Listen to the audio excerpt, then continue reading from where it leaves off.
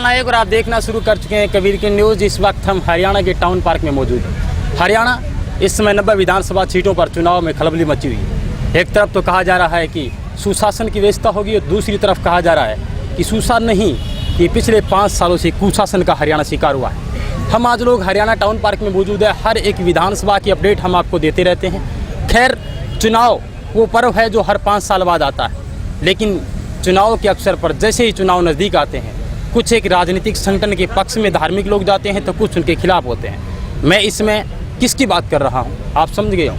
हर बार की भांति इस बार भी संत रामपाल दास के अनुयायियों का तांता लगा हुआ है। वो टाउन पार्क जो हर बार एक सुर्खियाँ बटोरता है, वो टाउन पार्क जो आज से 5 साल पहले सुप्रसिद्ध हो गया था। हिसार वो बरवाला जहाँ संत रामपाल दास को 19 नवंबर को अरेस्ट किया गया और उसके बाद अनुयायियों की आस्था बढ़ने की बजाय घटने की बजाय बढ़ती गई और आज लाखों की संख्या में लोग यहाँ आते हैं। ऑटो रिक्शा से लेकर के बस चालक तक ये उम्मीद करते हैं कि संत रामपाल दास की तारीख आगे आने होने वाली कौन सी तारीख होगी।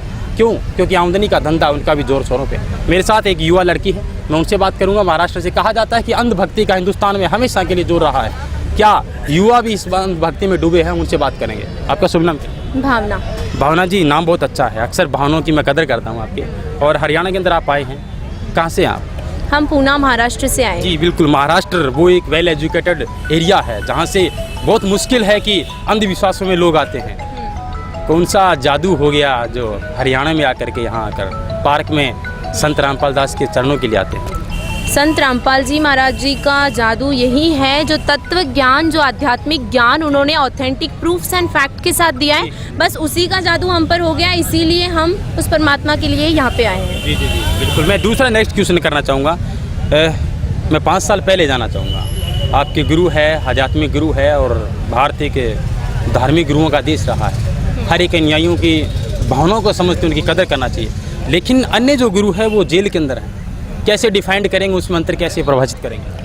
बिल्कुल, अगर आप अन्य धर्म गुरु और संत रामपाल जी महाराज जी के अंदर डिफरेंस ही करना चाहते हैं तो बाकी का जो भी है सब कुछ साइड में रख के सिंपली आप उनका सत्संग का ऑडियो क्लिप देख लीजिए, वीडियो क्लिप देख लीजिए। और बाकी जितने संत या फिर धर्म गुरु जो कोई भी आज जेल के कारागार के पीछे है, सब लोग जेल के पीछे ही है, लेकिन जो रीजंस हैं वो सारे अलग अलग हैं। और इन संत रामपाल जी महाराज जी और बाकी संतों में अगर आपको डिफरेंस करना है, सिंपली एक ही काम कीजिए कि आप उनके सत्संग के वीडियो क्लिप्स देख लीजिए। उसमें आपको खुद ब खुद डिफरेंस मिल जाएगा कि जितने भी धर्म गुरु आज हमारे भारतवर्ष में हैं, सब लोग यही काम कर रहे हैं कि अपना अपना एक इष्ट बता रहे हैं। संत रामपाल जी महाराज जी एकमात्र ऐसे संत हैं जो मुसलमानों के कुरान को भी खोल के बता रहे हैं, या फिर गुरु ग्रंथ साहिब को भी बता रहे हैं, या फिर अपने इंडिया मतलब जो मोस्ट कॉमन इंडिया में गीता जी को जो मानते हैं उनको भी खोल के बता रहे हैं। और जितने धर्म शास्त्र हैं अपने सभी को खोल के उसके अंदर से ऑथेंटिक प्रूफ बता रहे हैं कि कौन है वो एक परमात्मा। भावना, मैं आपको बीच में रोकना चाहूँगा। जिस तरीके से आपने कहा कि आध्यात्मिक नॉलेज हर एक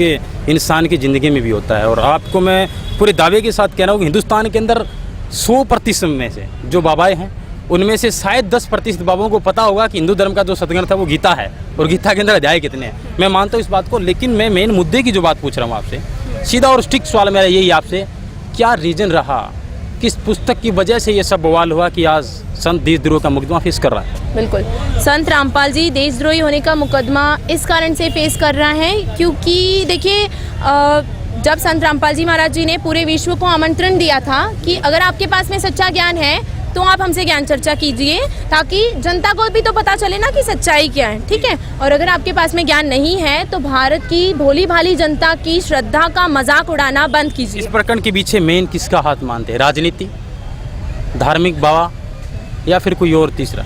जी नहीं, इस सारे प्रकरण के पीछे सिंपली राजनीति और धार्मिक जो बाबाएं जितने भी हैं ना, इन दोनों का मिश्रण होने के बाद में ही ये सारा पॉलिटिक्स हुआ है। क्योंकि जो धार्मिक बाबाएं हैं, जब वो ज्ञान से नहीं जीत सकते थे तो उन्होंने सोचा कि क्यों ना हम पॉलिटिक्स के साथ मिलकर ये सारा षड्यंत्र रचें। कितने साल से जुड़े हो बाबा? हम 2006 से जुड़े हुए हैं। 2006 से? 2006 के अंदर प्रकरण हुआ था करौथा आश्रम, जब बरवाला नहीं था, सोनू नाम के लड़के की हत्या हो गई। उसके बाद बाबा को अंदर ले जाया गया और 2 साल तक जेल की सलाखों के पीछे रहे और अचानक जमानत मिले, बाहर आए, 100 किलोमीटर दूर जाकर के अपना रैन बसेरा बसाया। लोगों का कहना है हाँ, बिल्कुल। किस तरीके से एग्जिट पोल को आप तैयार करोगे ताकि लोग आपसे सैटिस्फाई हो कि मेन पीछे कारण क्या था और आज क्या क्या हो रहा है? देखिए, संत रामपाल जी महाराज जी के साथ में जो कुछ भी पहले से लेके अब तक जो कुछ भी होते आ रहा है, सब कुछ मेन मतलब मुद्दा आध्यात्मिक ज्ञान का ही आ रहा है और सच्चाई का ही आ रहा है, क्योंकि उनकी कोशिश एक ही है कि भारत की या फिर पूरे विश्व की जो भोली भाली जनता है जो कि भगवान में बिलीव करती है या फिर आर्य समाज को विशेष टारगेट किया जा रहा है संत रामपाल दास की कम्युनिटी के द्वारा कि मूल जड़ है वो विवाद का यही है। कैसे परिभाषित करेंगे आर्य समाज को आप? आर्य समाजी जो है वो उनको मेन मतलब क्यों हम टारगेट कर रहे हैं, क्योंकि संत रामपाल जी महाराज जी ने आर्य समाजियों की जो लिखी गई पुस्तक है उन्हीं की पुस्तक में से जनता को कुछ ऐसे पॉइंट्स लाके दिखा दिए जो कि टोटली मानवता के खिलाफ है। इसी वजह से उन्हें गुस्सा आया कि कहीं हमारी रोजी रोटी बंद ना हो जाए, इस चक्कर में उन्होंने ये सारा कांड करवाया और मेन मतलब वही है इस चीज़ के पीछे। जी 2013 की मैं बात करूं, जब प्रकरण हुआ था 12 जुलाई 2013 की, ग्रंथ आश्रम को घेर लिया गया था। उस टाइम सरकार कांग्रेस की थी और बीजेपी विपक्ष था। और इस बार 18 नवंबर 2014 को जो प्रकरण हुआ था, सरकार बीजेपी की थी और मुख्यमंत्री थे वो अपोजिशन में भूपेंद्र सिंह हुड्डा थे और वर्तमान सीएम खट्टर साहब थे। तो क्या मैसेज देना चाहेंगे दोनों को, क्योंकि भागीदारी दोनों की सेम रही? बिल्कुल, भागीदारी दोनों की सेम ही है। हम उनको मतलब देखिए, हमें जैसे कि हमारे गुरुजी बताते हैं कि हमें किसी चीज़ का विरोध या किसी को नीचा दिखाने का हमारा कोई इंटेंस कभी नहीं रहा है। ज्ञान चर्चा के लिए भी अगर आमंत्रित किया है तो ये इंटेंस नहीं था उनका कि वो किसी को नीचा दिखाए। ऐसी कौन सी बात थी आर्य समाज के शास्त्रों में जो संत रामपाल दास ने उनको दिखा दिया और बवाल हो गया?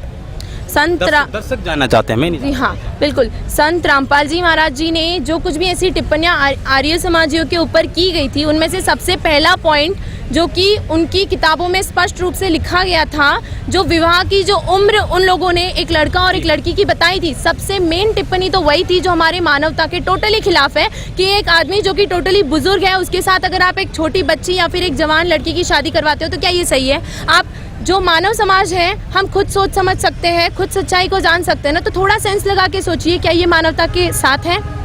सबसे मेन पॉइंट तो यही था। बाकी जो आध्यात्मिक पॉइंट है वो ऐसे बहुत से पॉइंट है, अगर आप संत रामपाल जी महाराज जी के वीडियो क्लिप्स देखोगे तो आपको उनके अंदर स्पष्ट हो जाएगा कि वो कौन से और पॉइंट्स हैं। भावना, लास्ट और अंतिम फाइनल क्वेश्चन मैं आपसे करना चाहूँगा, क्या क्वालिफिकेशन है आपकी? मेरा अभी मैं ग्रेजुएशन कर रही हूँ, BSc। ग्रेजुएशन के बाद में आप पढ़ाई जो कर रहे हैं, क्या आप आइडियल, अगर मैं पूछूं आपको तो आपका आइडियल कौन होगा भविष्य के अंदर? जिस तरीके से आप इतनी कम उम्र के अंदर एक आध्यात्मिक तरफ अग्रसर हो रहे हैं। अक्सर हिंदुस्तान एक देश है वो युवाओं का देश है और इसमें टेक्नोलॉजी बहुत ज़्यादा लगभग बढ़ रही है। 1951 की अगर मैं बात करूं तो आज बहुत ज़्यादा फर्क हो गया है और अक्सर लोग अंधभक्ति के शिकार होते हैं। तो आपके आइडियोलॉजी कौन है और थोड़ा सा युवाओं को क्या मार्गदर्शक देना चाहेंगे? देखिए, जैसे कि टेक्नोलॉजी बहुत बढ़ रही है माना, लेकिन कहीं ना कहीं ये साइंस एंड टेक्नोलॉजी भी उस परमात्मा की ही देन है, क्योंकि जिसने संसार को बनाया उसी ने सब कुछ किया है। ठीक है, ये जो साइंटिस्ट वगैरह जिनको हम देखते हैं सिर्फ एक आधार है कि इन्होंने ये चीज़ क्रिएट की है, लेकिन कहीं ना कहीं ये टेक्नोलॉजी भी उस परमात्मा की ही देन है और जहाँ पे साइंस एंड टेक्नोलॉजी खत्म होती है वहीं पे अध्यात्म शुरू हो जाता है। ये बहुत अच्छा जवाब दिया आपने। कहीं वर्तमान में इसरो की अगर मैं बात करूँ तो उन्होंने बहुत कोशिश की चंद्रमा पे जाने का,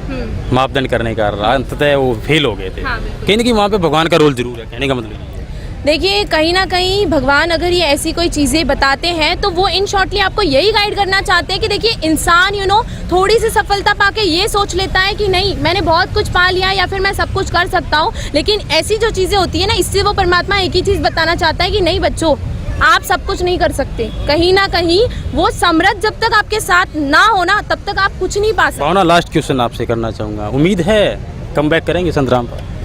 जी हाँ, उम्मीद नहीं, 102% हमें यकीन है। इसको उम्मीद नहीं, इसे हमारा 102% यकीन कहते हैं कि संत रामपाल जी महाराज जी आएंगे और जिस समय अब इस बार वो आएंगे ना, तब अच्छों को उनके आगे घुटने टेकने पड़ेंगे, इस तत्व ज्ञान के आगे उनको घुटने टेकने पड़ेंगे। और संत रामपाल जी महाराज जी इस बार जब बाहर आएंगे ना, तब पूरे विश्व में एक झंडा, एक भाषा और एक ही परमात्मा की पूजा होगी और वो है संत कबीर जी।